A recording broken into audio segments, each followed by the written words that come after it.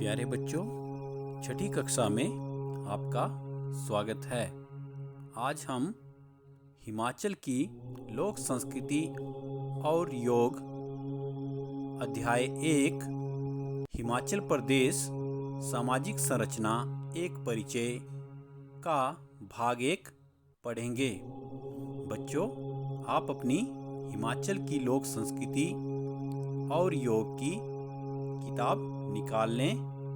उसमें पृष्ठ 1 निकालें और वीडियो के साथ साथ आप अपनी किताब में भी देखते रहें।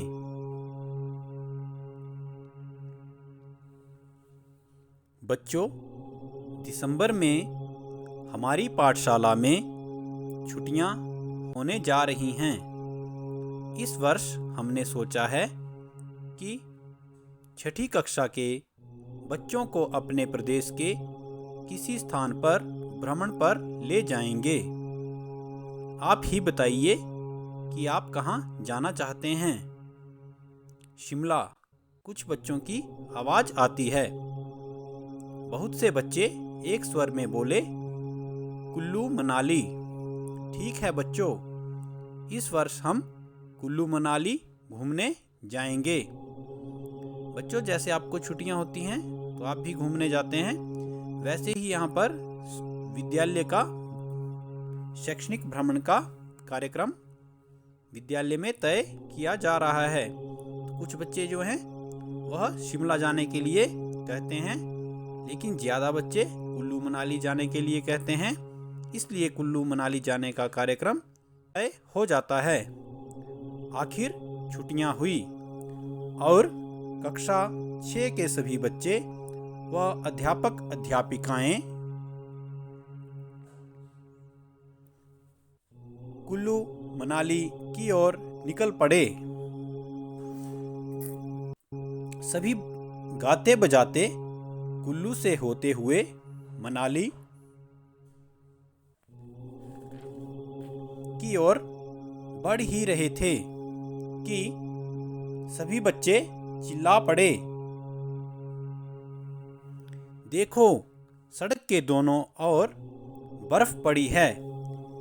शिखा चिल्लाई, मेरी मम्मी कहती हैं कि यहाँ हर वर्ष बर्फ पड़ती है। तो मैडम जी, इस स्थान का नाम हिमालय जैसा कुछ क्यों नहीं? यहाँ बहुत बर्फ पड़ती है, मनाली ही क्यों? शिखा अपनी अध्यापिका से, अपनी मैडम से प्रश्न करती है कि यहाँ बहुत बर्फ गिरती है, लेकिन यहाँ का नाम मनाली है, हिमालय क्यों नहीं रखा गया है, या हिमालय जैसा क्यों नहीं है?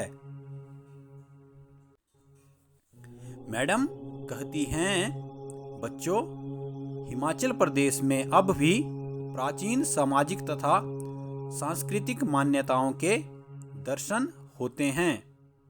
यहाँ पर कई जाति धर्मों के लोग रहते हैं, जिनका उल्लेख इतिहास तथा पुराण साहित्य में मिलता है। एक मान्यता के अनुसार सृष्टि के आदि पुरुष मनु का निवास यहीं था। उन्हीं के नाम पर इस स्थल का नाम मनाली पड़ा। तो बच्चों, आप भी जान गए होंगे कि मनाली का नाम मनाली क्यों पड़ा। दोबारा देखते हैं। एक मान्यता के अनुसार सृष्टि के आदि पुरुष मनु का निवास स्थान यहाँ है, इसलिए इस स्थान का नाम मनाली पड़ा।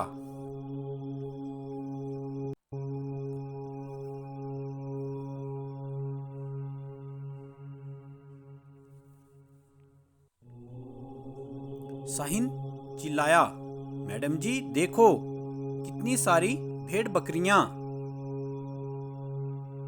मैडम ने कहा, हाँ बच्चों, ये लोग सर्दियों में ठंड बढ़ने के साथ निचले स्थानों की ओर चले जाते हैं, क्योंकि वहाँ चारे की बहुतायत रहती है और गर्मियों का मौसम आरंभ होते ही ये लोग पहाड़ों की ओर रुख कर लेते हैं। जो लोग भेड़ बकरियां पालते हैं वे सर्दियों में मैदानों की ओर जाते हैं और गर्मियों में पहाड़ों की ओर आते हैं, क्योंकि यहाँ उन्हें चारा मिल जाता है, इसलिए यह इस तरह से करते हैं।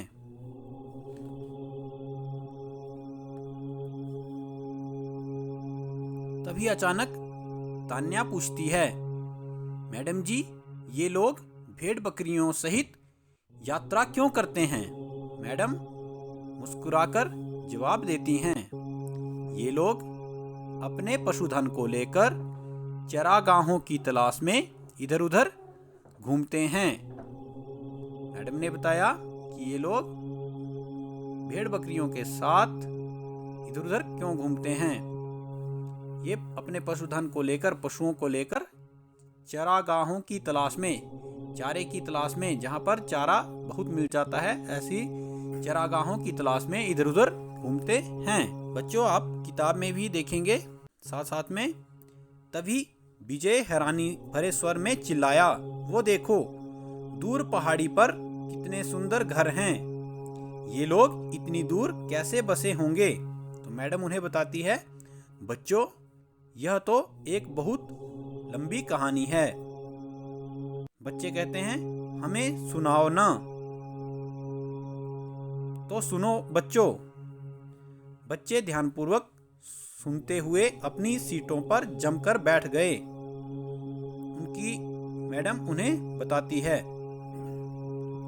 विभिन्न मान्यताओं के अनुसार हिमाचल का प्रागैतिहासिक काल भारत के मैदानों और मध्य एशिया के लोगों के घुमंतू जीवन का इतिहास प्रस्तुत करता है।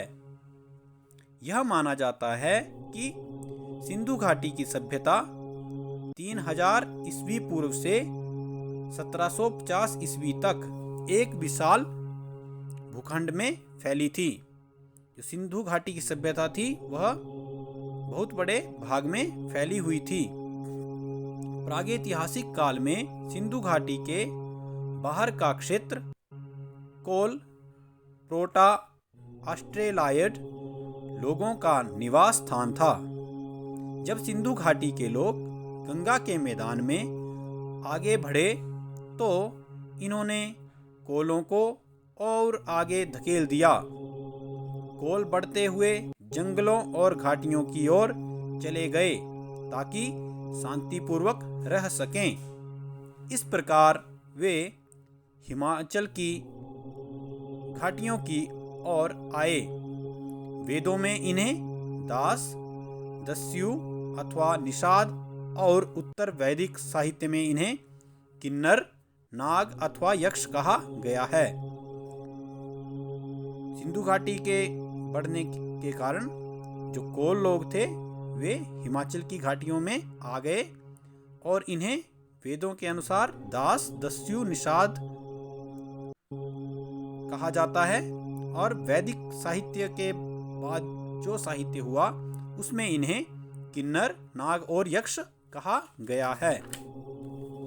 भारत के मैदानों से आकर बसने वाले लोगों से पूर्व कोल, जिन्हें मुंडा भी कहा जाता है, संभवतः हिमाचल के प्राचीनतम निवासी हैं।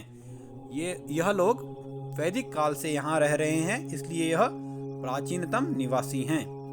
कुछ सोचने के बाद मैडम ने कहा, अधिकांश मान्यताओं के अनुसार आर्य प्रागैतिहासिक काल में नई जमीनों और पशुओं के लिए चरागाहों की खोज में मध्य एशिया छोड़कर चले तो 3 शाखाओं में बंट गए। ये जो कोल थे यह कितने भागों में बंट गए? 3 भागों में बंट गए। इनमें से एक शाखा दक्षिण पूर्व की ओर पामीर के पहाड़ को पार कर काशगिर पहुंची और वहां से कश्मीर प्रवेश कर गई। यहाँ से धीरे धीरे मध्य हिमालय में आगे बढ़ी और यहाँ के आदिवासियों को अपने अधीन करते हुए हिमालय की तराई में पहुंची। यही शाखा खस के नाम से जानी जाती है। इन्हें लोग क्षत्रिय भी कहते हैं। इन्होंने संपूर्ण मध्य हिमालय पर आधिपत्य जमा लिया और कोल भूमि को खस भूमि में बदल दिया। ये लोग संस्कृत से मिलती जुलती भाषा का प्रयोग करते थे, क्योंकि ये लोग संस्कृत भाषी लोगों की तरह खान पान की मर्यादाओं का पालन नहीं करते थे, इसलिए लोग इन्हें मलेशिया जंगली कहते थे। जब ये यहाँ के स्थायी निवासी हो गए तो इन्होंने अपने को परिवारों एवं गांव में संगठित किया। प्रत्येक इकाई एक मावी या मवाना को चुन लेती थी, जिसका अर्थ था शक्तिशाली व्यक्ति। जो इन परिवारों में या गांव में सबसे शक्तिशाली होता था उसको मावी या मवाना कहा जाता था। वह प्रजा से कर संग्रह करता था।